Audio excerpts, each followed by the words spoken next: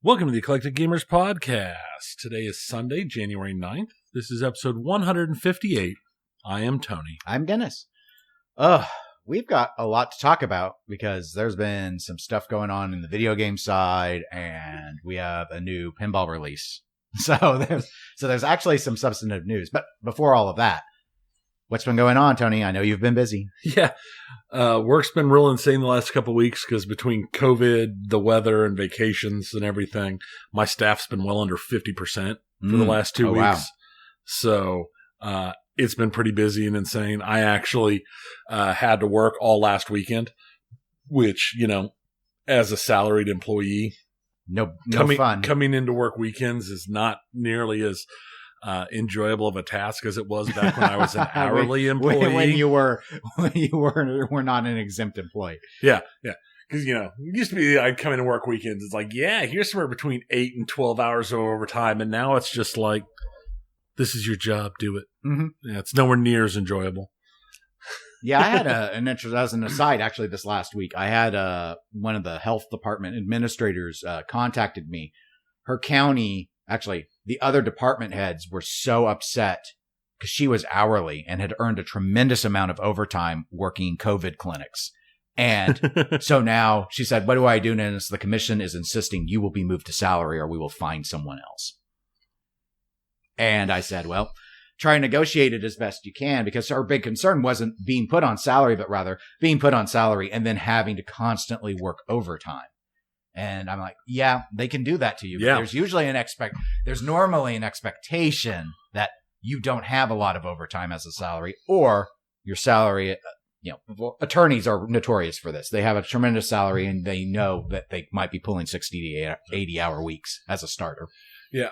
If I have to work, like, I mean, a little bit of overtime here and there isn't anything, but I have to work like a lot of overtime. Mm-hmm. When I start pulling, multiple days worth of overtime, my company likes to have us take an extra day off, take a personal day, when things get calmer, to try and balance out the issues. So yeah, I don't get anything. So anyway, but it's not been as bad for me as it was in 2020. Well, that's good. So in terms of, I don't have a whole lot in terms of my updates before we go into the show, other than I did finish Resident Evil Village, which I started when we last done the game. And so now I'm playing that furry game, Biomutant. Where you're a furry running around in a post-apocalyptic world of furries. Which do you prefer, being stepped on by Amazon vampire goddess or your furry interactions? Mm-hmm. Which one is opening something you never found within yourself? So I'm not far enough along in Biomutant to say for sure. So far, though, I'm preferring the giant vampires. Yeah. So now, Resident Evil Village, really fun. If you like survival horror, really fun. I thought about playing through it again, but I've got so many other things to do that I might as well do those first. Actually, while I have been busy with work-related stuff, I have been filling the time that's not been family-related by playing SnowRunner, which is just like off-road trucker kind of hauling cargo thing through like swamps and mud bogs and deep snow fields, and then you flip your truck over and get it stuck, so you go to another truck to come out and rescue the first truck. It's a ton of fun. One of the streamers I watched played it the other day, just before Christmas, and when it hit the Steam sale, I bought it because it looked like so fun. And it's one of those interesting games that it is multiplayer with full crossplay between everything. So anybody can, so that when they were playing it crossplay between PC and Xbox, and yeah. So it's pretty cool. Don't people with steering wheel rigs have an unfair advantage? I would say probably not, actually, okay. After, because this is not like the trucker, like the Euro Trucker and American Trucker, which are real tight simulation. This isn't the Microsoft Flight Simulator level of simulation of trucking. This is much more like Ace Combat level of arcadey simulation. It's like in between. It's not nearly as, yeah. like I do it all third person and it's a lot of fun. So I've been enjoying the crud out of it. Okay. Well, before we actually jump into our regular segments, we always, at the start of the new year, go ahead and do a little glimpse behind the curtain for people of what our annual stats were for the podcast. Because some people are curious. It's not so much the sausage making as the numbers behind the sausage making. So I guess if you don't like this part, usually 5 minutes is probably as long as it takes for us to get through it. But because we do it every year. But anyway, so here we go. Annual stats looking at 2021. Go ahead and note. So for the calendar year, we had just over 37,000 plays, and that's actually over a 39% increase since our from what our 2020 numbers were. Which, as far back as I can remember, I did not go back and look at our last percentages if I even had them all in the notes, but I believe it's easily is the largest percentile increase we've ever seen. I don't know quite to say why it got so much higher. I mean, we've always had higher numbers every year. Right. So I wasn't surprised to see that they were better now, but I just was shocked at just how much they went up. So maybe we've just gotten that much better. And, we talked about that it could be more exposure. It also could be that, like we see every year, a number of podcasts went away. And so if you've got your favorites, like if you were into the Pinball Players podcast or all the every other week of the Super Awesome Pinball Show and they've gone away, maybe you had no choice but to turn to, you had to come to us. But it's okay. We welcome you anyway. Yeah, whatever reason brought you to us. We're very welcoming. We still welcome you. In terms of the countries that play us, there are a lot, but the top 5 are USA, and it falls way off after USA, just let's make that clear. So USA, followed by Australia, followed by Canada, followed by the United Kingdom, and then our top 5 finalist is Sweden. Oh, didn't Germany used to be up there? What happened to Germany? Germany, I think, and Sweden were within 10 plays of each other. It was real close. I remember Germany was always in our top 5. Well, this is how we say goodbye in Germany. Sweden. That's how we say it. Now, I also pulled the numbers for what are our top 5 cities that play the show. I didn't even know you could do that. Yeah, well, we can now. We're the pro. We're in the pro plan, so we can do that. So, our top city is Boardman, Oregon, followed by Columbus, Ohio, followed by Melbourne, Australia, followed by Portland, Oregon, and the final of our top 5 is Chicago. Okay, I'll be 100% honest. I've not even heard of one of those towns. Is it Boardman? It's Boardman. It's got to be because I know all the other ones because they're famous. I've never heard of Chicago. What's this Chicago place? Maybe Boardman's like a suburb of Portland. That's what I'm looking for. It is. We know Oregon is a huge mecca for pinball, so I'm not surprised that Oregon's on this list. Where is Boardman? Is like right on the Columbia River, right at the Oregon-Washington maybe border. It's kind of. I was a little surprised that Washington, another big pinball state, wasn't in the top 5 cities, but maybe a lot of Washingtonians have come in on our Boardman stat. I don't know. I don't know either. It's weird. But welcome to Boardman. Yes. Peoples. Yes. I wonder if one of the big online listening companies is based out of there. Could be. Given that it was number 1, I didn't write down the differentials on these in terms of how many plays came out of them. Now, in terms of our website references, so these are external sources that are pointing that people clicked on to play us. Now, I almost dropped it, but I thought it wouldn't be fair. So the number 1 option in our listing was just called unknown, and it was huge. I mean, thousands of plays, whereas nothing else is that high. Okay. I figured it out. What is it?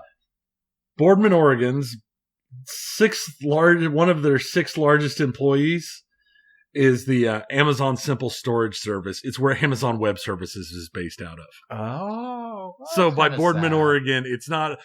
As I was looking, because their population's 3,000 people. Oh. So we have them all. Okay, so people are playing through probably the Amazon, if they're getting us through because I think we're available through Amazon. So. Yes, we're available through the Amazon. So that could have gone to a real city. It's probably. I was happier not knowing. actually. Yeah, and S3 also does website hosting, so it could be through also online websites that are hosted at that S3 site. I bet I don't think our show, we host our show through our WordPress site, but I don't know of anyone else who hosts us. Some of that might be some of that might be masked in this unknown category for external sources then. Could be part of it. Probably. Because I think most RSS grabs wouldn't show that way.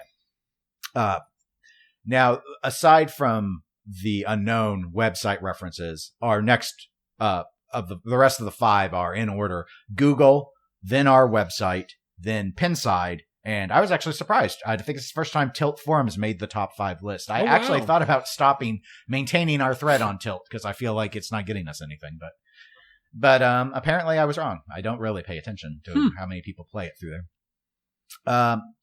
Now, just for those stat nerds who are curious, according to our SoundCloud account, here are the 5 most popular RSS applications that have been used to play the podcast. So the number 1, which isn't a surprise, is the iPhone's Apple Core Media, whatever I think it's actually branded as something different when people go in. I always call it Apple Core Media, and people are like, what are you talking about? And I go, your default iPhone player. And they go, oh, okay. Because sometimes I get asked, how do I load something? And I don't know anything about iPhones, but I try and pretend. So, followed by Podcast Addict. That's actually really grown over the years, probably because it's one of the full featured free ones. Probably. I actually have the paid version of Podcast Addict, just to take away the ads. That's the only thing, is it has a little banner ad otherwise, or that used to be how it was. Right. Followed by Podbean Podcast Player, followed by Overcast, which is a pretty famous program, and followed by Pocket Cast, which is also really famous. Yeah, I use Pocket Cast. So those are our top 5. Pocket Cast is my podcast player of choice. Yeah, I'm aware of all these. Podbean one kind of, I don't think that used to be the case, but no, Podbean's come up in the last couple of years. It has, and for example, I co-hosted on the Pinball show over with the Pinball Network. We use Podbean to host all the shows over there. So I think some people may just have Podbean because they're familiar with Podbean Podcast, not necessarily ours, but you can add other shows in that aren't on Podbean, so it's pretty flexible. In fact, I think the number 6, I didn't write it down, but I believe it was Stitcher. So, Stitcher used to be huge. It still is pretty. It wasn't too far away from Pocket Cast. But now to wrap these things up, we always have done our most and least popular episodes of the year, and I try and keep this confined to. It's usually pretty easy with the analytics to keep it confined to the episodes that came out during the year. So, here are the top 5 shows that we had. Our most popular show was episode 149. That was the one that was titled Sorcerer's Hiatus Connected. You can tell I'm just really working the creativity on these titles, so just be forewarned on that. But that was the show where we talked about the Sorcerer's Apprentice game that was new on the P3. That was also the episode where Homepin announcing Spinal Tap was covered. That was the episode where This Week in Pinball, we talked about them announcing that Jeff was going on hiatus. That was also the episode where we talked about the launch of Insider Connected, the online connectivity tool of Stern. And then on the video game side, that was the episode where you covered Blizzard shredding all their documents. The new Saints Row trailer had come out, and you covered the day off Twitch protest that was organized. So that was a really meaty episode. So I guess I probably shouldn't be surprised that it was the top episode, but I am kind of, because it wasn't like a big Stern. Stern Insider Connected is a big deal, but it's not like a game. It's not like a cornerstone. Our second most popular episode was episode 153, which was just our recap of Pinball Expo that we recorded on the Porty recorder. Pinball Expo. I'm actually really surprised. I guess people were just desperate to hear something because I'm like, it's an okay episode. But I was a little surprised. Our third most popular was the next episode, actually, episode 154, which I titled EGP Plus, because that was when we talked about the Cactus Canyon remake, which we covered in our Expo episode. Correct. This was when we found out that they had since announced the Standard Edition Plus model, which was just the Standard Edition with a topper at the price of the Limited Edition. Still one of the most ridiculous things I have ever heard. We also covered what was coming out about Stern's 2022 production issues and how they were going to stagger throttle the amount of games going to the dealers. You covered the announcement about Overwatch 2 and Diablo 4 being delayed on the video game side. Also, the removal of the XP boosts that they had put into Marvel's Avengers. And that was also where you gave the big Star Citizen update. Yeah, So- I give it a few again, few another episodes early. fairly meaty episode, especially on the video game side.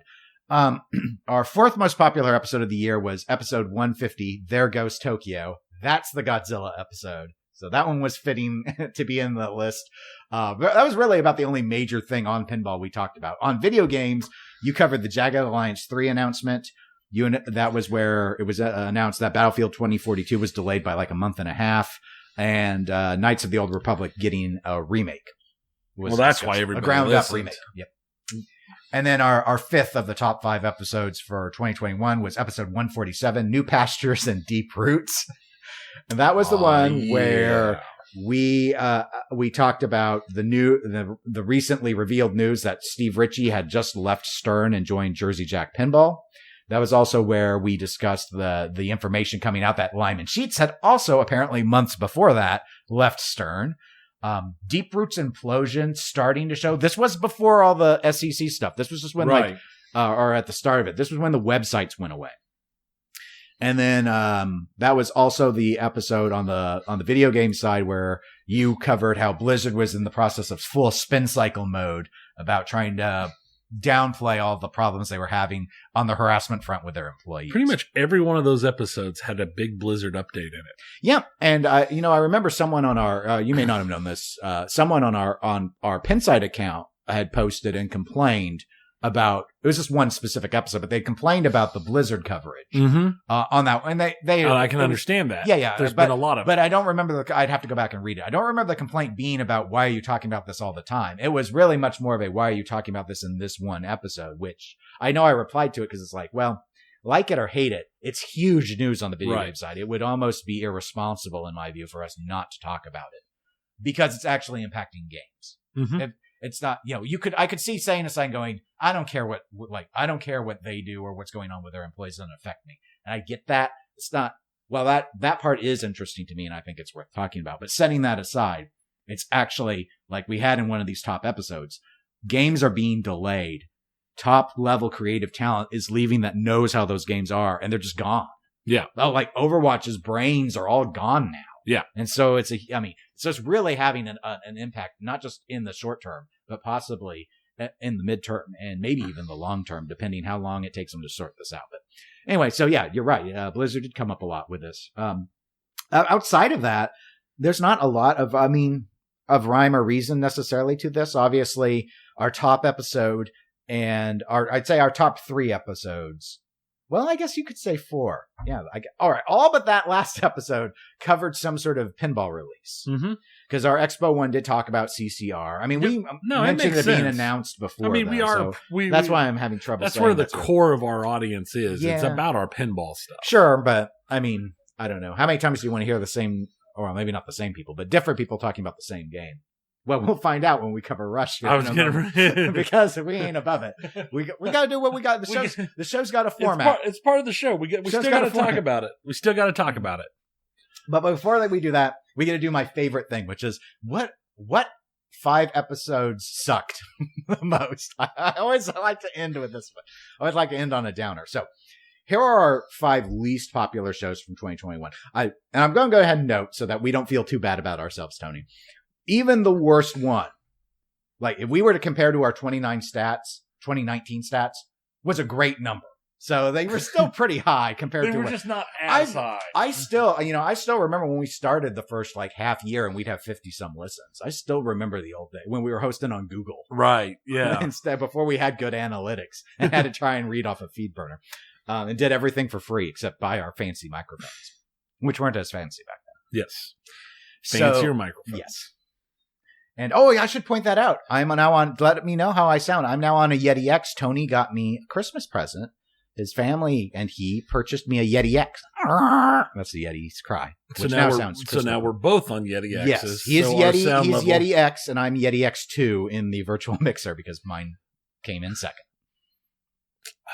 That's very cool. It's so sad. It's so neat. I'm doing good not staring at my meter here, but that's only because I'm staring at the meter in the virtual mixing board. So I've really not solved anything, but it's just because it's entirely digital. It's just so weird for me because I'm used to using the traditional Yeti, which was all analog. Great, but it was all analog. Right. So, just See, and different. before, I had a Snowball before, which had like nothing. Yeah, you'd have to it. try. You'd have to control it on the computer. Yeah. Which was difficult because we're routing it all through my computer, not yours. Right. So anyway, let's discuss the mistakes that were made. So okay, here is and it'll actually go down to best to worst. So our fifth least popular episode was 157. That was our 2021 year in review. Not a surprise. This happens every year. It's because we dropped that the last week of December, and my analytics are not to date. It cuts off December 31st. That's why. Yeah. So we don't have the full downloads. So that one gets, it's unfairly in there, but our right. year in review always is. So just, all right. So no biggie there. All right. Number 4, fourth worst was John Hughes Pinball. I thought it was such a great idea. So for those that did not hear it, and apparently none of you did, that was the episode where we went through what John Hughes movie we thought would be the best pinball machine. And apparently the rest of you did not care. We did also cover Lucasfilm's games. You had an update on what Lucasfilm's games coverage was going on. And also the retracted price increase. Microsoft had decided they were going to raise the price of their gold subscription service for live access, and they had just backpedaled on that super hard. So you threw that in there. Yeah. So our third least popular episode of 2021 was 136. I titled that one Diablo Interviews. That was the one where on the pinball side, we covered that the Pinball Hall of Fame met its fundraising goal. We then the other thing on pinball was we had a listener write in and ask us if we would go and revisit the Robert Mueller interview that we did 3 years ago. So long ago. And that was all that we did in pinball. So most of pinball was actually just regurgitating the episode we had done 3 years prior. So there was that. And then on the video game side, that you did the talking about the XP revamps that the Avengers video game was having. Mm-hmm. And then also the announcement from 2 separate companies, but both Artifact and Anthem had just been announced as being abandoned. Right. Or in the process of abandonment. Our second worst episode of 2021 was episode 139, which I don't even remember why I named it Waffles with an exclamation point, but I did. On the pinball side, we just covered some spooky news. It was a really light pinball episode. We talked about their new building, them finally adopting Molex connectors, and the Pinatar new board set rather than using P3 Rock. And then on the video game side, that was the one where you covered more than just this, but the highlights that I remember were Twitch cracking down on viewbots, and CG Projekt Red had come out with their best financials the company ever had, despite all of the trouble that they had with the Cyberpunk launch. So I think this might have been one of our shortest episodes, if I'm remembering right. It was, looking at the show notes on it, it was really light. We really did not have enough. Well, content. these were both, I just went back and checked the dates. These were both from early April last year, and April for everything, video games and pinball and everything. Was just because pinball, Led Zeppelin was announced in December, and when we had nothing until Mando, and it was a long stretch. I think back over on the pinball show on the Pinball Network, I think I told Zach off the air a couple of times that I thought we should move the show to fortnightly because there just clearly wasn't enough news to warrant a weekly. Yeah. He disagreed, but I don't think he's putting out a show this week either. So in the end, who really wins? I do, because I always win. You do. Except when I don't. And speaking of not winning, our worst episode of 2021 was episode 138. So which came first? ? Was the title. I did cover a Raza update from Deeproot. This was back when Deeproot was still putting out updates on Raza, and people thought the game might actually get built. Just a few. You never thought that, but a few people did. I know some people did. All right. And then that was the one, I really enjoyed this, but apparently no one liked to listen to it. And this was the one where we had someone write in that really, to me, it was a really cool game. So which came first, where they listed they listed us a video game and a pinball machine of the same theme. And we had to pick which one.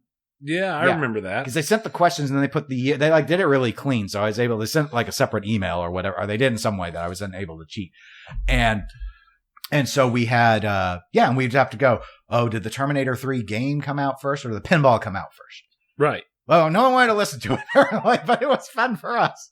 And then on the video game and that's side, what's important. Yeah, and that's what important. As long as we enjoy it, that's all that matters. Yeah, this ain't no Patreon thing. You know, you guys just got to put up with what we do. And then on the video game side, you had some info on I believe, an indefinite delay on the Lego Star Wars Skywalker saga. You had some information on Outriders, and then there was also an update about No Man's Sky. So again, nothing huge. Nothing really special. You noted that time frame. Those were some really light weeks. So. Yeah, they were some. It was definitely not the kind of week that most people would really enjoy stuff to listen to. And I think I said people should skip ahead 5 minutes, and what I think I should have said is 15. So we're done with it now. So we're done with the stats. So let's go into the pinball segment, Tony. And while Rush will be covered, that's going to be the last thing we talk about. And the first thing I think we need to cover is boo-boos. I made some boo-boos. Oh, no. You know, in our year-end review, our 2021 year-end review, I always try and include every manufacturer. And you know what? Yet again, I failed to do so. But did you? And no. Well, all right. One of these I deliberately didn't. I knew about, and I thought, no, they haven't made anything. But then 2 of these technically haven't made anything, and then 3 of them didn't make anything in 2021. So, but there was only one I explicitly thought about.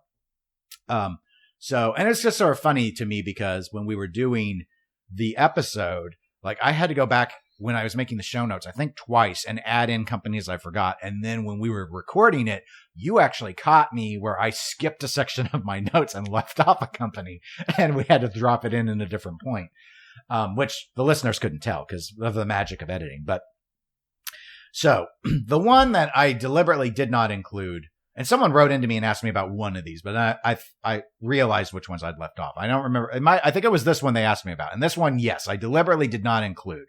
And it's named Ballarama. You probably haven't heard of Ballarama, Tony, because I don't think I've ever even mentioned it to you. Yeah. And it's got next to no news. Here's Ballarama. Ballarama is some Australian-based startup that I believe has indicated they're planning to fund their pinball company with Kickstarter. Okay. All right. There's a thread about them on Pinside, and there has been a tremendous amount of blowback on that site about them not really having any plans. And I've been following the thread. I probably should have gone back and reread it, but I can only do so much work for this episode. So, and I did not do that. Other than there had been like 3 or 4 new posts since I'd last looked. They don't have a lot of information. It seems like stock images, a bunch of buzzwords. And when people ask them like, well, what are your, like, they're not explaining how they plan to do the manufacturing. They're not even presenting a game at this time. There's a lot of talk about grit and determination. You know, I classified it as the, you know, gotta give 110% sort of. You gave 110%. You gotta give 110%. And I don't mean to be mean about this. This is really sticking on my mind lately. That I've seen it in pinball before, not just with Ballarama, but obviously with following watches as a hobby. There's a YouTuber / dealer that we've discussed off air quite a bit that falls into the same thing. That there are some people out there that they talk this game about believing in themselves and the grind, doing the grind, and respecting the grind. And the hustle and doing the hustle. And it really nauseates me because it's basically low skill stuff. And it's just, and I don't care. I get it. Yes. If you work hard and you hustle, you can make more money than if you don't work hard and don't hustle. What a shock. Buy a Lambo, get a Rolex, buy your personal jet. And that's separate. And I'm even separating it from the flex. And some people thinking that the flex somehow helps them make more sales. You know, I don't believe that. I don't believe doing a pinball bounty segment will let you sell more games, for example. And most sane people wouldn't equate those two. Those are two separate things. Right. The watch person we're vaguely referencing would thinks that wearing an Audemars Piguet means he will sell more watches. And so he wears a customer's and scratches it up at the gym. Because he wear But anyway. So my point is, that's what Ballarama reminded me of. It's not, and they're not flexing. It's just, they're just saying a bunch of gobbledygook.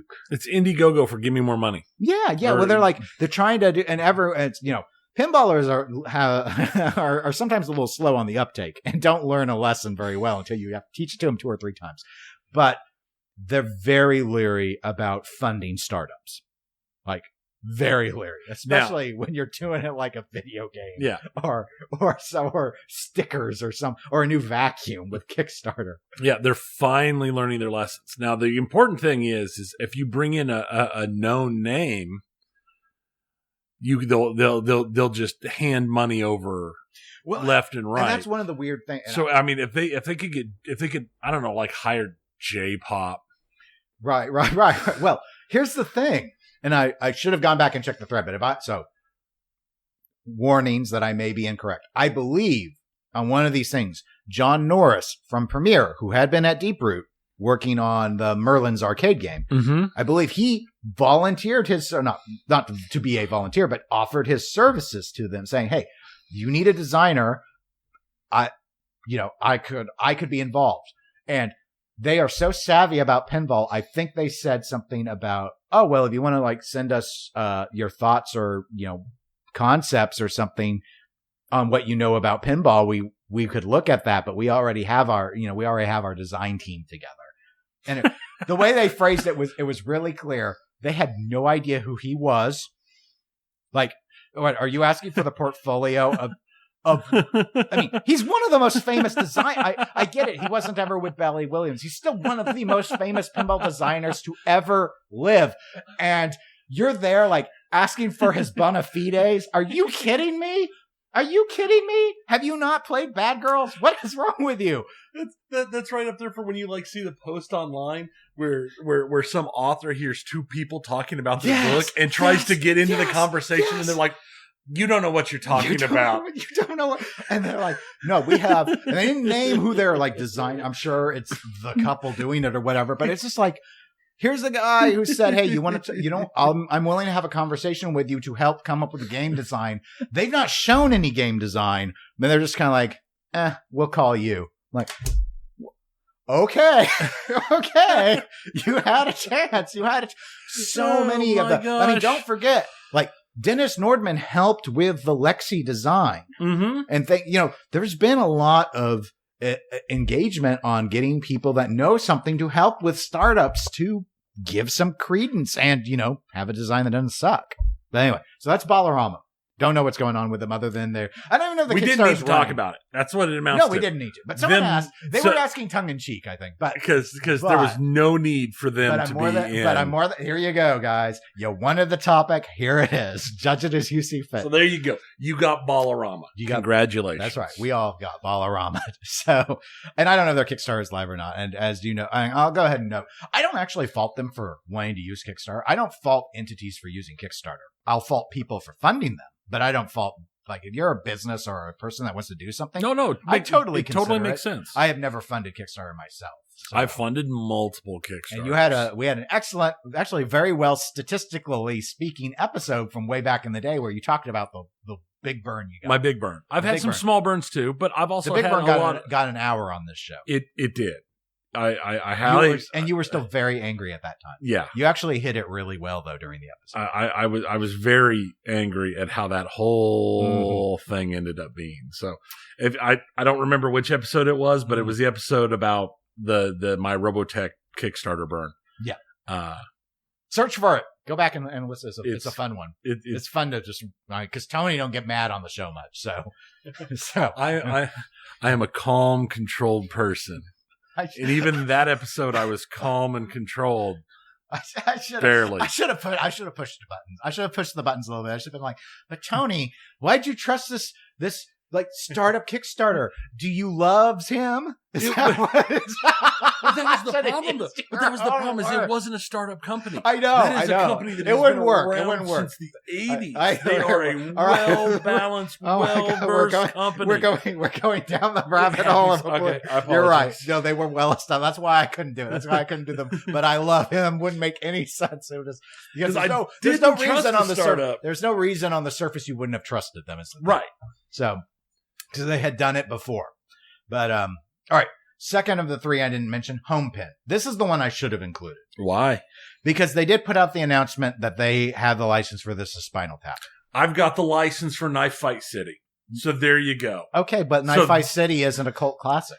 Knife Fight City is a cult classic. Knife Fight City is the absolute best action movie of its generation. Okay, well, people write in if you agree with that, because I don't think you do.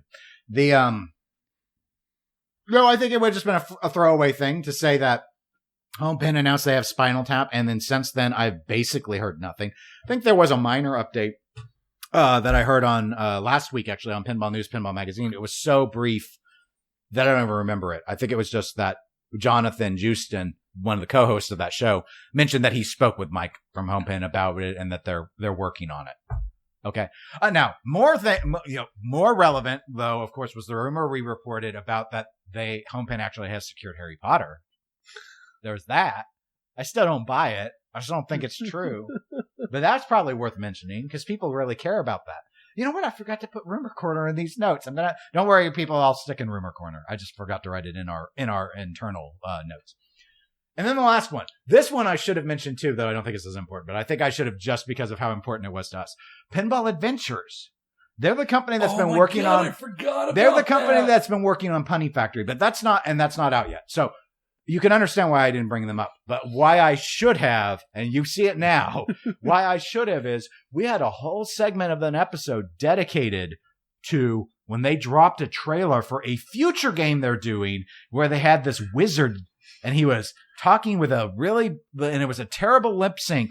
And then you went through and you were like, all of these cool art images are straight out of Magic the Gathering. They stole the Magic the Gathering art. They did. And I believe that video was deleted since then. And I'm like, no, they don't. That was one of the best. That was comedy gold. That was comedy gold. I thought it had to be deliberate with as bad as the lip sync was, but apparently the blowback was bad. I got a little suspicious when you confirmed that this was actual.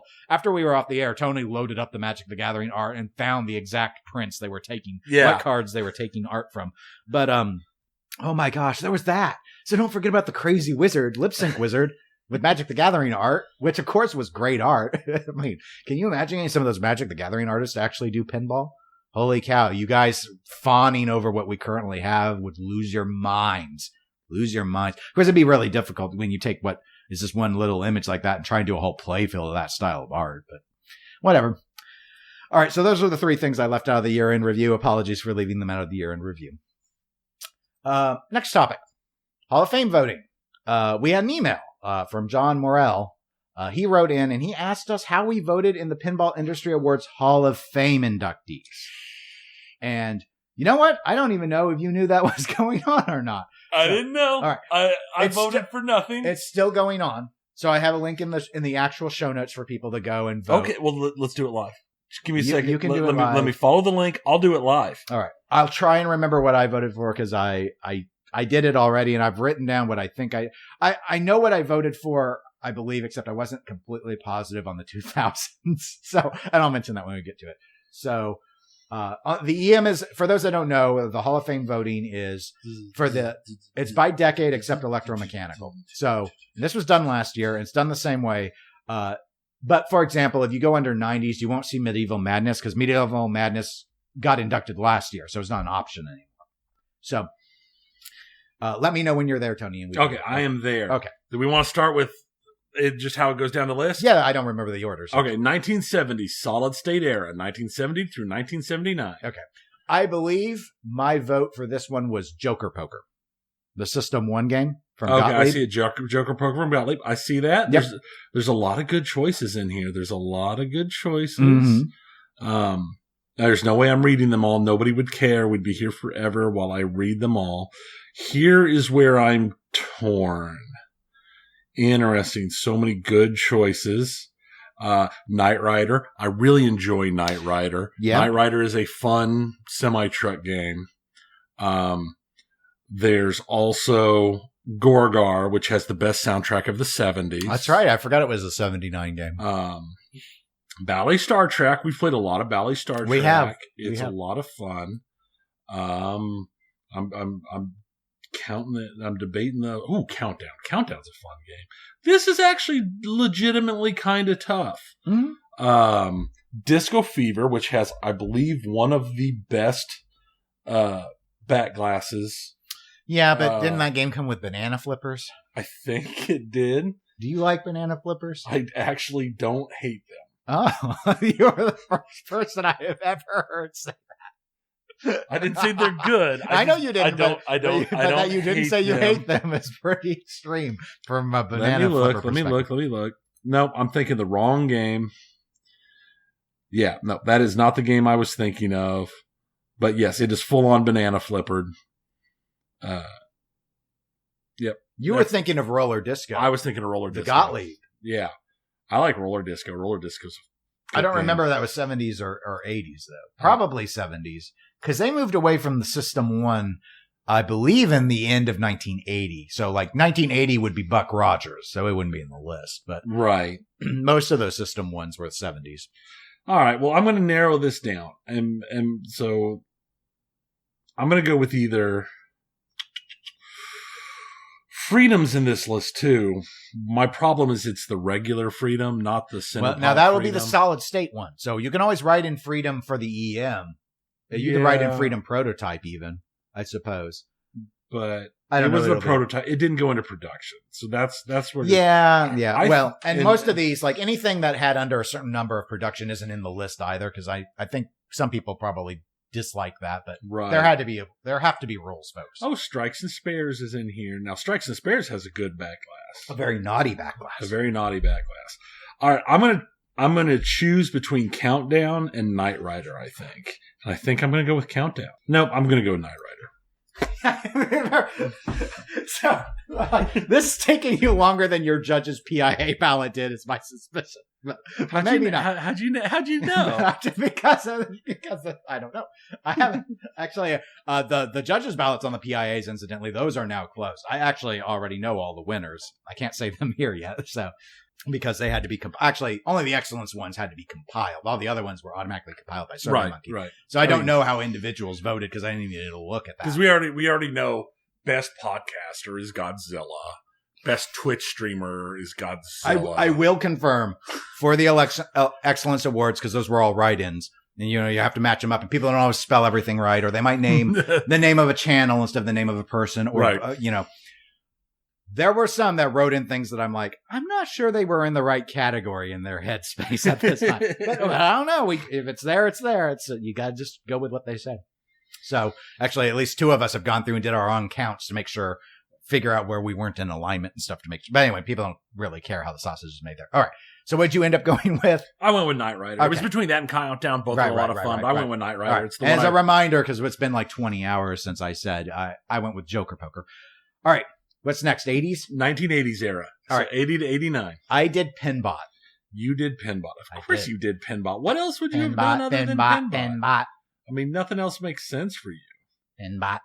Let's see. Oh, Mr. and Miss Pac-Man Pinball. You could do Mr. and Miss Pac-Man. I mean, I could. High Speed's probably still available. I know you're a big High Speed fan. System 11 game. Oh, Torpedo Alley. That's a good call. Yeah, you do like them torpedoes. Buck Rogers. Maybe not Buck Rogers. Maybe not. I do have one, but maybe not. Volcano actually is one of the few wide bodies I actually like. It's got a really interesting gimmick mix. Firepower is from 80. Oh, here's a game that shouldn't be in here. That shouldn't be in a top anything list. That'll bring the hate. Let's bring the hate. Mousing around. I'm not a fan of it either, but I know some people think it's one of the better System 11s. I've been told that on pretty much every occasion. Orbiter 1. Probably the only vote for Orbiter 1 that it would get. I don't know. Maybe. You have played it a number of times. I have played it a number of times. Huge thing. Oh, look, Furry Cats is in here. Mm-hmm. Furry Cops. Yeah, Furry Cops. But Bad Cats is probably in there also. Bad Cats is also in there. Bonsai Run. You know what? You're a big Bonsai Run Big Guns, fan. That's also a lot of fun. Grand Lizard, greatest soundtrack in the 80s. No. Greatest soundtrack in the 80s. Xenon's the greatest in the 80s. Oh, you're right. Try Tube Shot. Don't you ever forget to try Tube Shot. Try Tube Shot. The original Black Knight. Tough choice. I think I will go with the High Speed. Is that still in there? I don't remember what won last year. I'm going to go or what got inducted, I should say. I'm going to go with High Speed. I'm torn between high speed and F-14 Tomcat. Really? Because I thought you just flat out prefer high speed. But that's why I'm taking high speed. Okay. But I can understand F-14 Tomcat. F-14 too hard to win. It's just too hard of a game to win. Okay. There we go. All right. High speed. 90s. This one should take you no time because Medieval Madness won last year. Oh, okay. So where is... So, Ooh, Star Trek Next Generation. Yeah, I don't think so. never works. Let's see. Where is it? Where is it?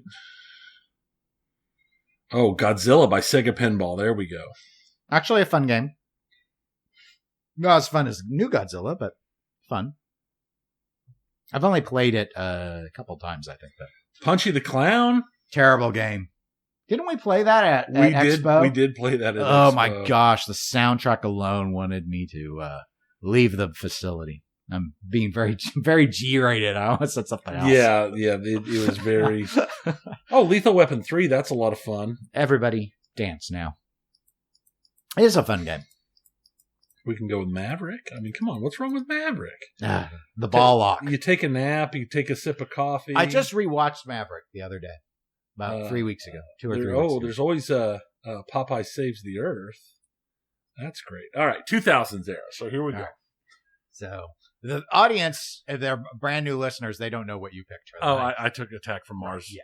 That's Attack from Mars is my favorite pinball machine of all time. That's what I put down as well. So 2000s. This one, I think I picked Terminator 3, but I might have picked World Poker Tour. I can't remember. I know I was torn between the two, but I think I didn't want to pick World Poker Tour, and I went with Terminator 3. Oh, man. So last year, of course, Lord of the Rings was the one that got inducted. Right, which was the best game. And I'll tell you, everyone's assuming Simpsons Pinball Party will be inducted this year. I don't like Simpsons I don't Pinball. either, so I won't pick it. There was no good choices in here. Maybe Spider-Man. Spider-Man Stern's not bad. You know what? I thought about Spider-Man as well because it's a lot of fun. I think though, gosh, like every decade has a Playboy. How does that work out? I don't know. I'm gonna go with World Poker Tour. Okay. World Poker Tour. Because that's a really enjoyable game. So then the 2010s. The 2010s. And so many choices. Yep. I went ahead and I voted Walking Dead for this one. But that's a solid choice. Heckadoodle. I might have to go Walking Dead myself because of the games that are from there, it is probably my favorite. It might be. I don't know. You like AC/DC? I do, but TNA's in there. I like TNA. Yeah, you like TNA a lot. So, but no, I think I am gonna go ahead and hit, just like you said, Walking Dead. Yay! And then the electromechanical right in. Yeah, because there are too. I mean, these lists had to be compiled, so there were just too many. No one wanted to type all that or try and paste it and clean it up. That's the sausage making on that. I believe last year the EM that was inducted was, oh gosh, I just blanked on the name. It's the one everyone always picks. It's the one with the two spinners, Grand Prix. So, I wrote in Sing Along. Oh, Sing Along is the good. Krinsky one where the ball gets kicked over in the middle of the playfield over and over and over. Yeah, no, that's a good game. I don't mind Sing Along. I put in Campus Queen. Ah, yes, the campus. Ted Zale design. Mm-hmm. All right, so there you go, John. There are our votes, and I did it live. Screw it, I'll do it live. I'm not sure why we ran with a different date on this versus the PIA judges because that one. Well, I mean, there are a lot more voters on the, and I do know. Dave over with Silverball Chronicles has been he takes the lead on that ballot, and there are way more votes this year already or there were days ago than there were last year for Hall of Fame. So wow, there'll be a lot of people participating in it. But, good, awesome, good to hear. Thank you for letting me know because Dennis didn't tell me. I didn't know it existed. Well, it wasn't open like when the PIA votes went out. So I couldn't tell you the same time. That's true. Otherwise, I'd probably just thrown it into the email I sent everyone, but I didn't. All right. So now, Rush. All right. That wasn't a real Rush sound. So the new Cornerstone was announced in December, as we discussed. And all right, we knew that there was going to be an announcement that Tuesday, I believe is what happened. Yeah. Now, since then, they just did a teaser for Rush, didn't show anything about the game. And then this last week, they did the trailers that showed stuff about the game. And then Jack Danger with Dead Flip hosted a reveal stream on, I believe, a premium on Friday. Right. So now you probably weren't able to catch the stream. No. Okay. I caught about the first 25 minutes or so, because then I had to do a watch stream because I had to. I know. I was required by law. You were required by law to do your streaming for your watch channel. That's right. Because when I don't generate other content, I have to do live stream to generate content. Yeah. I watched it. Yeah, I know. You came in and you threw in crazy scenarios that never come up in real life. Except for when they did to me earlier this week. What sort of people wear watches where they just fall off their hands? Yeah, I don't know. It bothered the crowd out of me. Yeah, it happens. So Rush, polarizing theme choice, it has seemed online. Designer was John Board. Lead software on this is Tim Sexton, who I believe was lead on the Black Knight Sword of Rage. It was confirmed that Raymond Davidson has actually done a lot of the details of the rules on this, though. So there's at least 2 people that were coming up with rules on it. The artist is someone I'm not familiar with, Michael Bernard. Lead sound engineer was Bob Baffy. I'm not familiar with him. And then computer graphics art director was Chuck Ernst, who's been responsible lately for a lot of the Stern LCD stuff.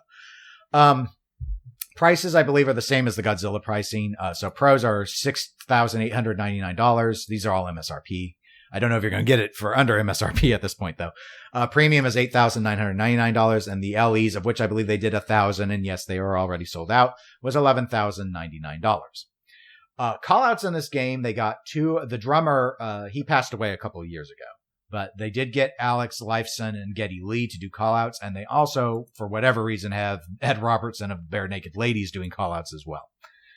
From near as I could tell from the write-up on This Week in Pinball's Deep Dive, which I do have a link in the show notes too, so people can go and read this to their heart's content, is the main differences between the Premium LE model and the Pro model is there's an electromagnetic time machine ball lock, think Lord of the Rings ring from that game.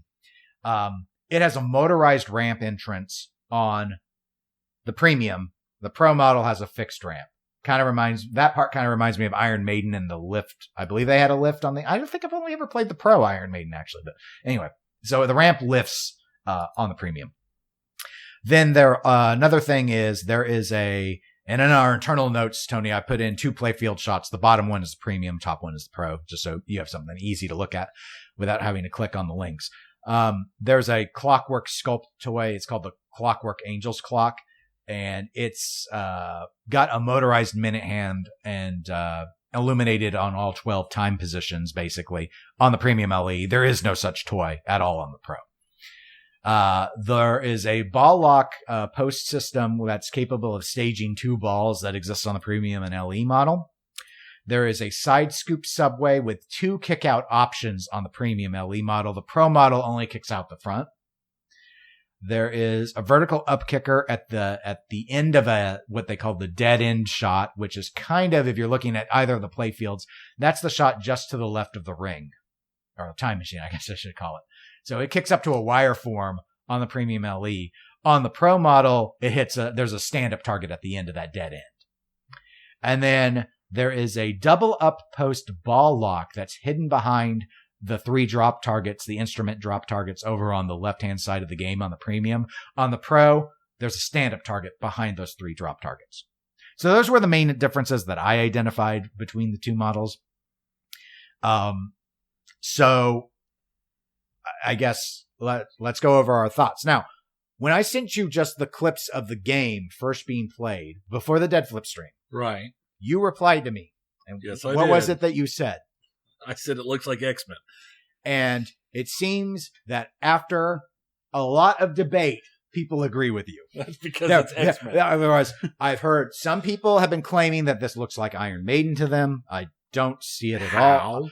Some of it, I think, is like the ring and the ramp things. Some of the features, I guess, are Iron Maiden-esque. I don't think that... And there's a shot through the pops, which reminds them of Iron Maiden. Yeah, there's a shot there on the left. But no, I don't get it. I don't really get it. Iron Maiden is a 4 flipper layout game. This is not. This has got 3 flippers. But so to me, there's already a lot of distinction on it. But the other thing that other people had, which I agree with, is someone took a side by side image, but they mirrored Tron. They flipped it. Right. And yes, Tron, when you flip it, looks a lot like Rush, but X-Men looks a lot like Rush without flipping it. Right. So why don't you just say it's X-Men like you did? So ultimately, a lot of people have been like, yes, this looks like X-Men. I thought when I read about the features and looked at it, I agreed with you, because how could you not? Yes, it looks a lot like X-Men, but I thought this looks like it might play better than X-Men.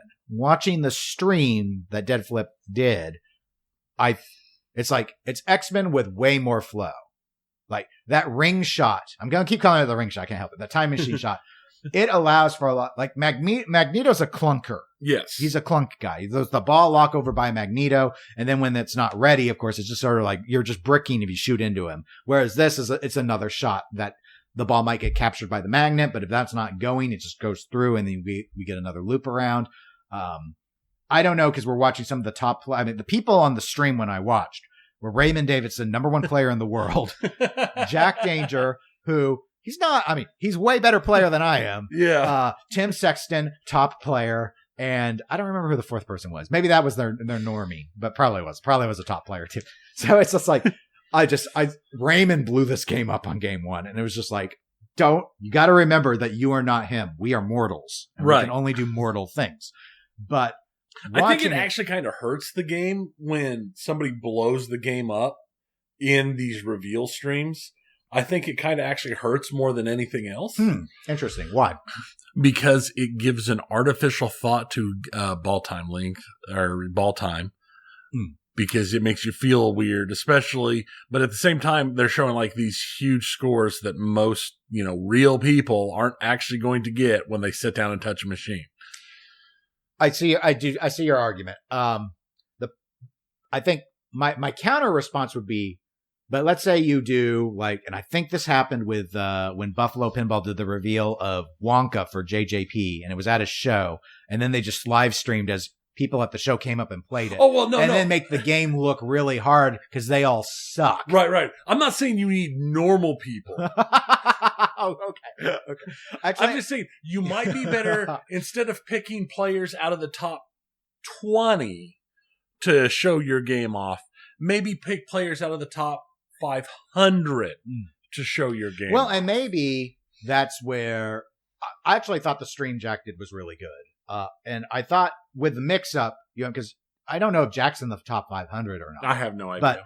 But with Jack and then whoever the guy is, unfortunately, I apologize, can't remember the name of, plus Tim, plus, Raymond, we did have a blend of players that may have all been better than me, but right. So at the end of game 1, Raymond blew it up. 2 of them, Jack and the other guy I can't remember the name of, they had pretty short ball times. And I don't think Tim's was it didn't make me think, oh, this is a long player when I saw him play it either. Plus the nice thing was, of course, because all 4 of them work at Stern, but Tim and Raymond working on the game, they were able to talk about what they were doing and why. Raymond was really going into the rules and explaining he was doing a countdown thing and all of this with how he's got the scoring going on with it to explain why he was doing the shots he was doing. There's a lot of numbers. I kind of felt like the count was from Sesame Street was playing. No one used that voice, but they should have. So yeah, back to the layout though. It's like X-Men, it's got flow to it. I don't think of it as a very flowy game, but I also don't think of it really as necessarily a stop and go game. Right. This definitely leans even more into the flow side of it. So, and I should go ahead and acknowledge in terms of bias, I like X-Men as a player. I've thought about back when games were affordable. I thought about trying to get X-Men because I thought it was underappreciated. Yeah, I enjoy X-Men. And so, this looks like a lot of fun to play. The way, without playing it, I always struggle with understanding the rules without playing it. But the way it was being explained, and we've got the inserts with these numbers, keeping track of these counts of what you're doing, it seems well thought out. And that's something where I don't know if Tim worked on Led Zeppelin or not. I know Raymond did, but one of the things I've heard from a lot of, especially from tournament players that have perhaps had to play Led Zeppelin more than the average person, has been that the rule design on Led Zeppelin is very, very good. It's just unfortunate that if you're on a pro, it's barren as all get out, and you just are. It's just like, I mean, that's what we know because we've had to play it a number of times, and it makes me not want to play it. This I want to play. I'm not in the market to buy a Rush, No, but I do look forward to this one going on location, because I think this will do very well. I actually think this gameplay will probably play pretty hard, but not like Walking Dead hard, for example. But Borg seems to lean harder than some people. He leans harder than Richie does, which wasn't always the case. Hello, F-14. But so there's that. So overall, I thought this was really neat. Also, here's something I didn't think I would say for quite a while. I was starting to think Stern had, I don't want to say learned their lesson, but I started to fear that they had kind of figured out by listening to all of us and watching the forums, the secret sauce to, here's the things we need to do Godzilla style that make people be like, oh, darn it, I have to get the premium. And here I look at this and I'm like, I think this is a good pro game. I think so. I see the differences, and I understand, like, a Rush fan would obviously want a premium or LE. And they've got some really cool add-ons to it. Like, oh, here's a thing that can divert with the subway either way on the premium, and it only comes out the front on the pro, and things like that. And the extra ball locks, physical ball locks, kind of the stuff we historically associate. Mm-hmm. But it's not like a collapsing building and a breaking bridge, and you're in a Godzilla mech with a magnet, or a Mecha Godzilla with a magnet. That catches, it's sort of like, no. Here's all this stuff. It's like if I were more into Rush, and in my mind, obviously, if the game plays well, and that would be a different story. But based off of, if I really liked this theme, like, I would be like, oh, thank goodness. I feel like I would be really happy with a pro to buy. But I'm just not that big into Rush. So I mean, those are my initial thoughts. I don't know if you've looked at the cabinet and back glass. I did. I actually liked the Pro. Yeah. The premium LE seemed to go on the cabinet side's more logo design, and you got some of the band members on the side. I'm not usually big into the sides of the cab anyway, because unless I put it on the way my room is lined up, there's only one game you get to see one side of. So. But otherwise, I kind of liked all the translights about the same. But the Pro one, it had the Harry Potter owl. We'll embrace the Harry Potter owl. Yeah, it's fine. Watch out for home pin. Here's going after you for using the Harry Potter owl. Yeah, it'll be. I think that owl has a name, but I don't know it. That's why I call it Harry Potter owl. Yeah, I'm sure it does. Here's the thing: this year's music pen is done. We don't have to worry about a music pen for another year. With Rush done and Queen announced by somebody else that might possibly be coming out someday, sometime, somewhen, we're getting to the point where Dead Rock's pretty much mined out, I would hope. I mean, I could be wrong. Maybe we will start Spinal seeing Tap out some of different... I guess that's more of a spoof movie. I was going to say. But from a Dad Rock era. Right. But maybe we'll start getting some differences. I mean, I personally would have zero problems if music pens vanished for a couple of years. But I think we're getting mined out. Hopefully. Okay. I could be wrong. There's probably somebody I'm missing out there. But, let me ask you before we leave this to one of the art. So we don't know this artist. What do you think of we talked about the cabinet and translate, but the playfield art. Well, I've seen a mixed thing about the three faces of the band members in the center mostly has been where there's been criticism. It's like cartoony caricature. Kind of. But that's what Zombie Yeti did with Ghostbusters. Yeah. Cartoony. Not the style, but. Right. I think it's fine. I think he followed all the rules. He oversaturated the crap out of the colors, which people will eat up because that means the colors pop. Right. Yeah, it might be. I mean, I can see where some people, especially huge mega fans, might have wanted something more akin to the hyper photorealistic type stuff. Like a Franchi style. But I think it's fine. Okay. Well, I didn't have anything else to say about Rush. It looks like fun. I look forward to us getting one on location to play. I'll enjoy playing it. Yeah. But I mean, so. I like trying to do pinball, so that's cool. I think it will do better for them than Led Zeppelin did. I think so. Which is interesting because Led Zeppelin is a more popular band. Led Zeppelin is a more popular band. Unfortunately, the game sucked. Now, before we go to video games, Rumor Corner. The rumors are coming. They are.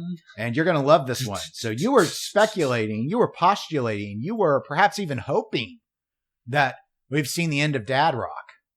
The rumor mill is next winter, I almost said December, probably December, but next winter's release by Stern, Journey. God, Dennis.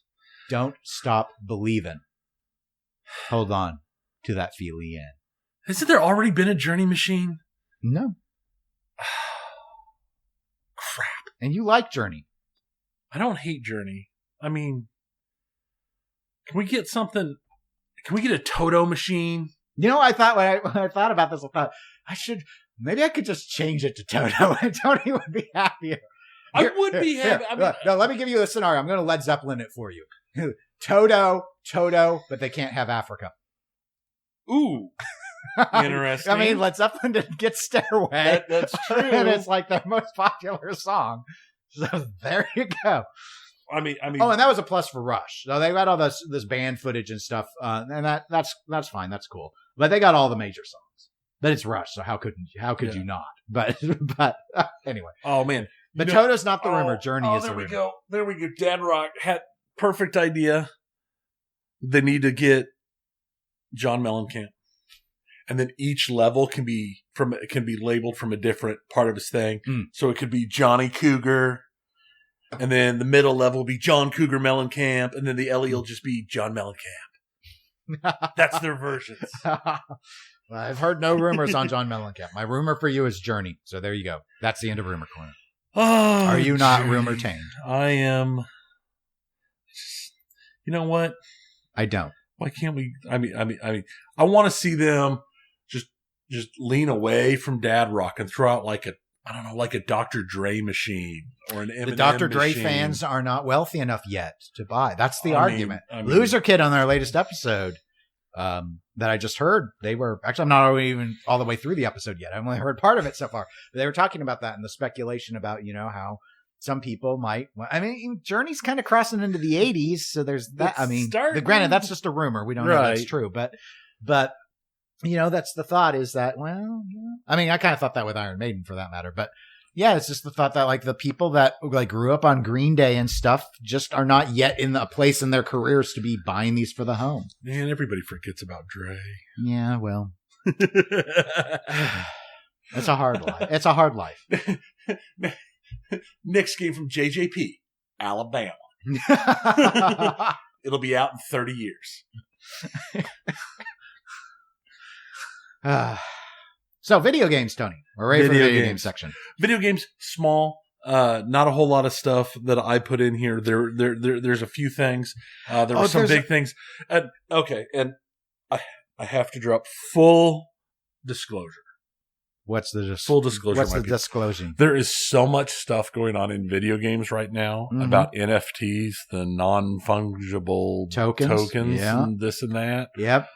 That's all my Reddit is. Half of it on the video game side is NFT talk. NFTs are everywhere.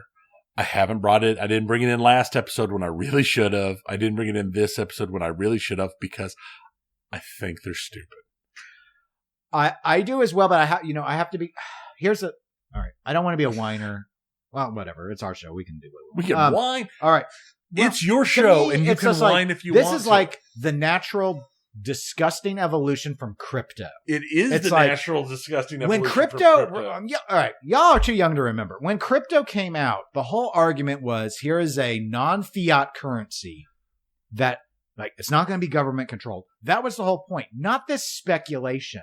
I got watch dealers now talking about taking. It's like it's just gambling. People are just guessing and hoping that everything's going up and their crypto will go up. And then when their Dogecoin doesn't go up enough and then it goes back down because they did diamond hands on it, they lost thousands of dollars. I mean, it's just weird. Like they don't know what they're doing. People do not know what they're doing. And it's like they're thinking they're playing a market, but with crypto, it's just like straight up guessing. Let me really scare you.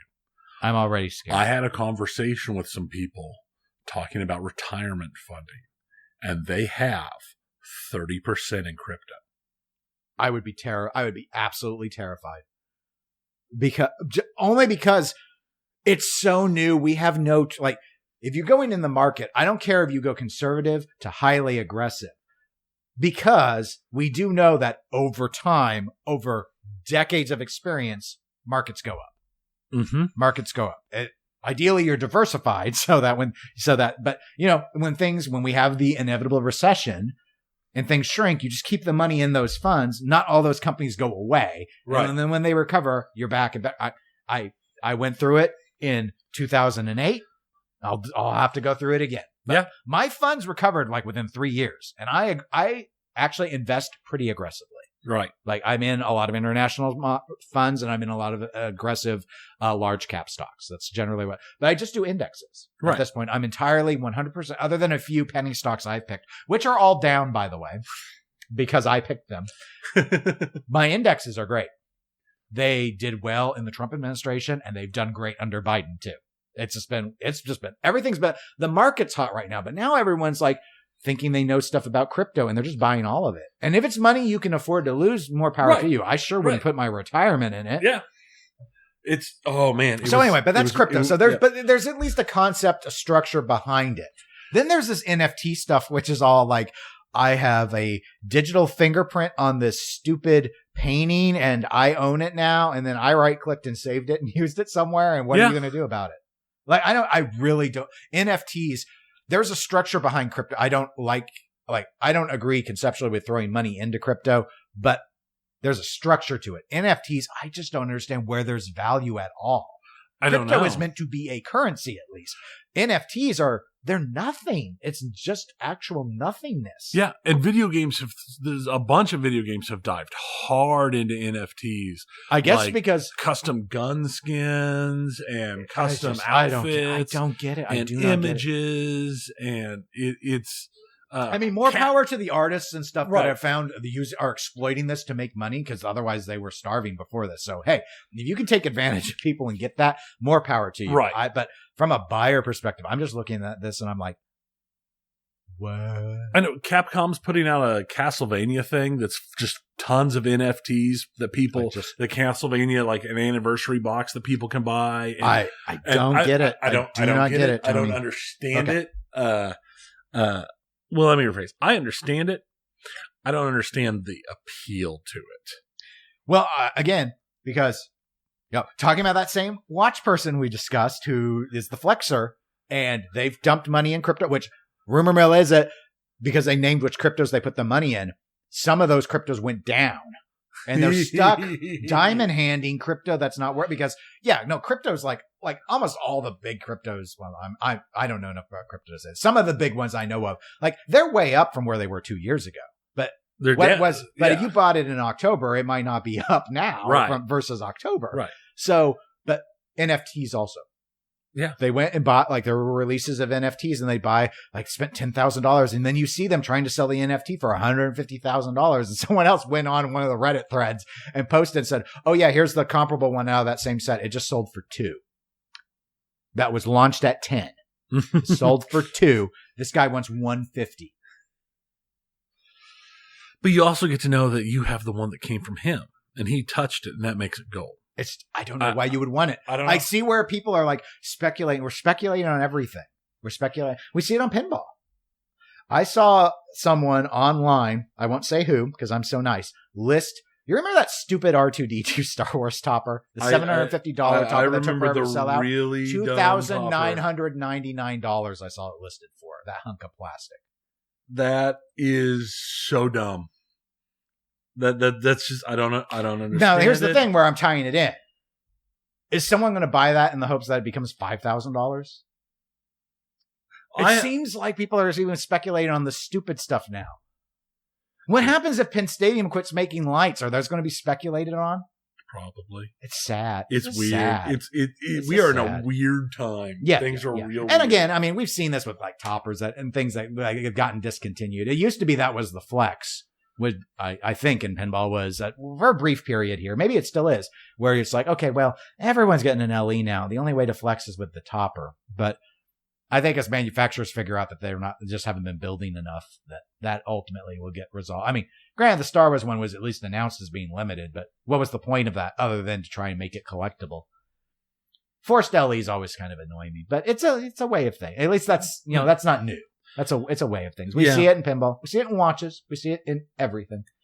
In limited editions. So anyway, but you weren't going to focus on that. No, but I felt like it needed to be mentioned. Okay, we're aware. We're aware. It's one of those things. Just letting the world know. And we do know about NFTs. And a lot of companies have launched NFT things, and due to negative feedbacks, have already started withdrawing and canceling their NFT plans. Yeah, I've seen others hedging it, saying we'll cancel it if the gamers ultimately say they don't like it when the game is out. Yeah. Okay. Yeah. Well, which I mean, we've seen similar with. I'm thinking like Battlefront 2 and all the backpedaling EA had to do when they launched that, and then it was like 40,000 tokens to unlock Vader or something. Stupid. Yeah, it's just so silly, and I mean, there's there's even a game out there that is just all about. It's purely NFT based. It's just everything on it is NFT. I don't know. Okay. Some people. All right. So back to video games. There was a thing. Yeah, we had another email. Matthew V wrote in, and he asked if either of us have played a game called Yoku's Island Express and wanted our thoughts on it. He described it as a chill platformer, and that it has some pinball mechanics. I have not played this. I've seen the trailer for it. I hadn't even heard of it until the email came in. It actually looks kind of cool. Yeah, it looks all right. I have not been in a mode where I want to play platformers. I am definitely not a platformer player. I used to be. It's always been a hot cold thing for me. And to be fair, I usually played some pretty hardcore platformers. So I have played a few chill platformers before, but I'm not really inclined to get it. I would just say, if you're curious, take a look at the trailer. I think you'll get a good feel for the game because you're kind of controlling a ball and doing a lot of stuff. And it did not look overly difficult, but the trailer is only about 90 seconds, so I don't know if it ramps way up or not. Well, see, what I thought about and what I think I'm actually going to do is my oldest daughter loves platformers. So I'm going to show it to her and see if she's interested in it. And if she's interested in it, I might pick it up for her and she can play it and she can let us know. Okay. Because like I said, well, the art style looked really nice. I will say it's got an interesting aesthetic. It looks cool. The aesthetic looks cool. Everything about it looks cool. I'm just so terrible at platformers that I've gotten to the point where I cannot handle the I remember the incredible amount of time we put in doing co-op Meat Boy and stuff. And I cannot play those type of games anymore.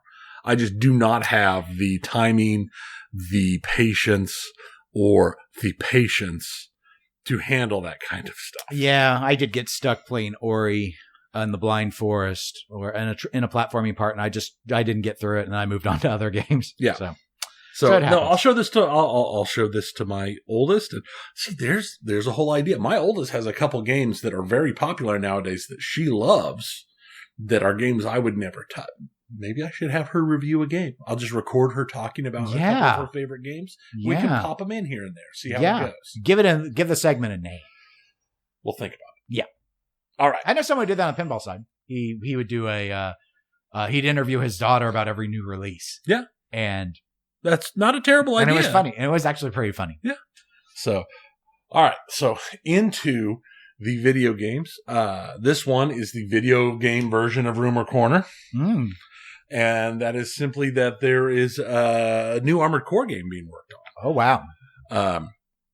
Apparently some surveys were sent out to certain people in the, call it video game media, with screenshots, a couple short videos, and some questions about an Armored Core game, which had a good use, I would say, of the NFTs, because apparently every single thing was watermarked digitally and in the shots with individualized information in such a way that if any pictures leaked or any clip of video leaked, they would know exactly which person did the leak. Oh yeah.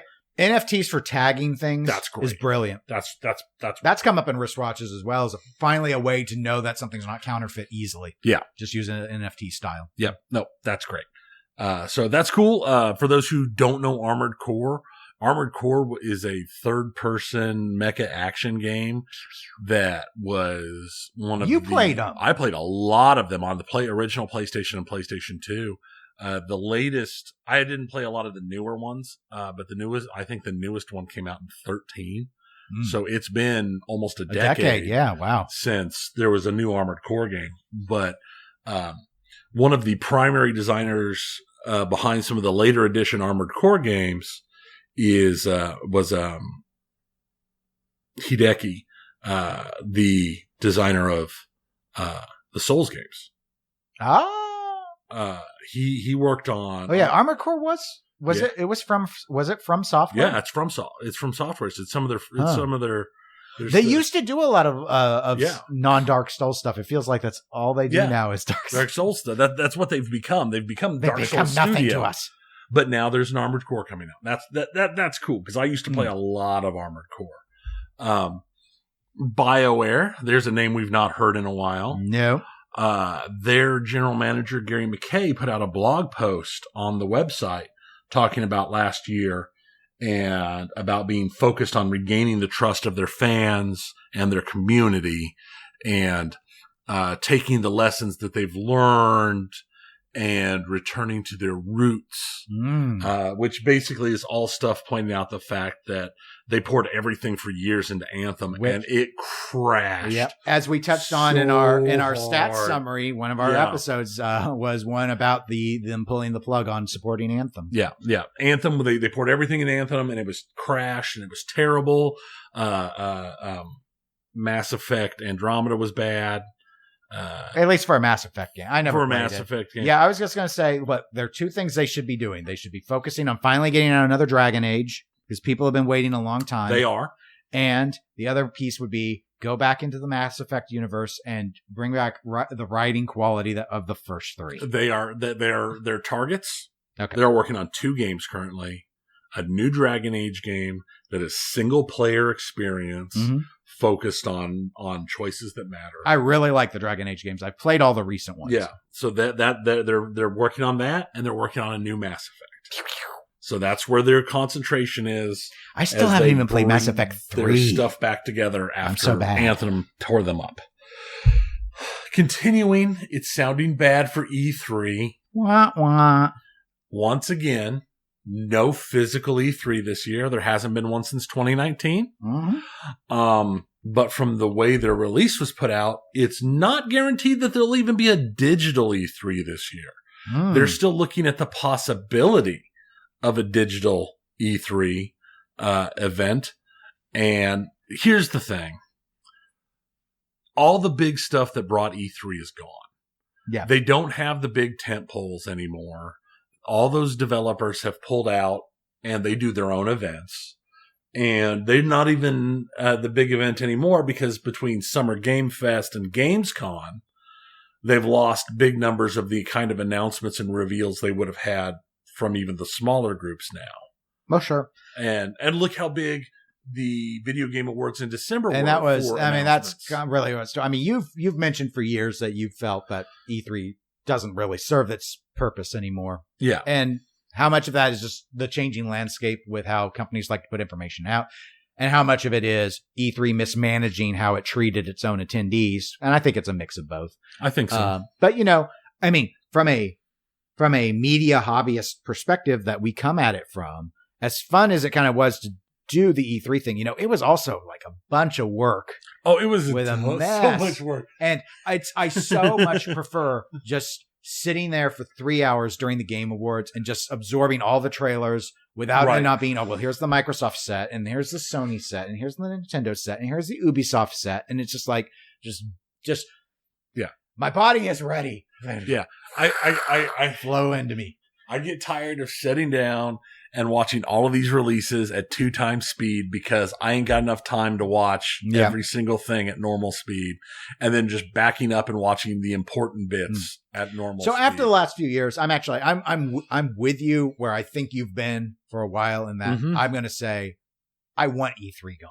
Yeah, I think I didn't originally, but at this point I'm like, No, you know what? I think I want it to go away. I mean, I'll miss the kind of big E3 episodes we had in our early years. Those were the days. Those were fun, where we'd have 3 or 4 or 5 of us sitting around the table talking about stuff. But it was already getting weird because 2 months out you're seeing leaks. I'm doing air quotes, leaks of things. Some deliberate, some not, and it was just like there just wasn't a lot there. It was like a week's worth of stuff that could have been condensed into a couple hours. Yep. So I see it as no big loss. All right. We'll see if they formally die or not. And in the interesting category, I'm going to go with Microsoft made an announcement of that the nail polish brand OPI is putting out 12 colors based upon Xbox stuff. Okay. Interesting. And they've got gaming related names, and if you buy them in certain shops, you will unlock hue matched game content to match your nails. Yes, for Halo Infinite and Forza Horizon 5. So you can get your shiny purple sparkly Halo armor, and you can get the nice pearlescent on your car in Forza. Maybe she's born with it. Maybe it's Master Chief.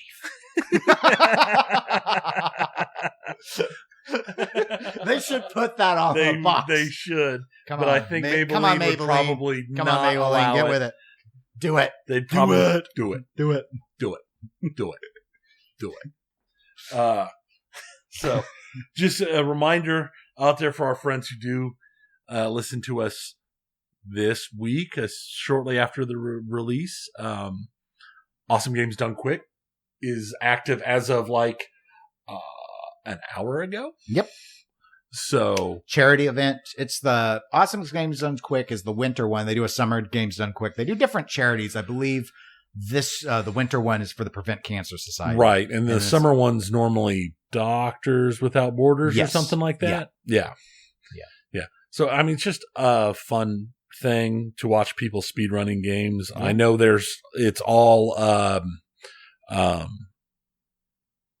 distanced again this year. They don't have the giant physical location, I don't think. I'm not positive. I don't know. They've been doing them virtually and got it pretty smooth out. Yeah. It's digital stuff, so in a way. Right. But at the same time, it's always been kind of fun when you see the shot of everybody on the couch and then the crowds. Yeah. Over the summer, they kind of split the difference. I think they brought some of the hosts together, but the gamers were still separate. Yeah. And so they we'll see how they do it. Yeah, no, it's not as fun without the live audience. That is part of it. But it is kind of hilarious over the course of a week when you see the live audience and you notice the same 3 people, and you realize that some of those people are in the same chairs that they've been in for 19 or 20 hours. It's do they just get that chair back, or are they just do they have the bladders of a god? I don't know. Or bottles. They're popping bottles, yeah. So, that's where we're sitting on video games today. Okay. I just wanted fun and easy. I know we had a lot of other stuff going on.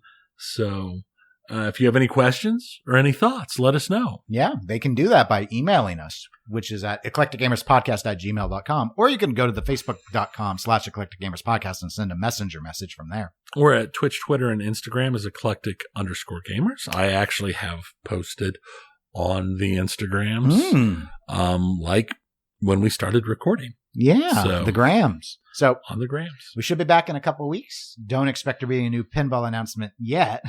But who else is going to make a pinball announcement? Rumor mill is maybe by March, JJP and Toy Story. That's a separate. I thought JJP and Toy Story was supposed to be out 2 years ago. Look, supposed to, and reality don't always align. But maybe they'll have an NFT of it. Knowing their normal release schedule, they'll release pictures and start rolling demo units in March, and physical units will start coming out in, say, June of 24 or 25, and then in 27 or 28 they'll start talking about the next game.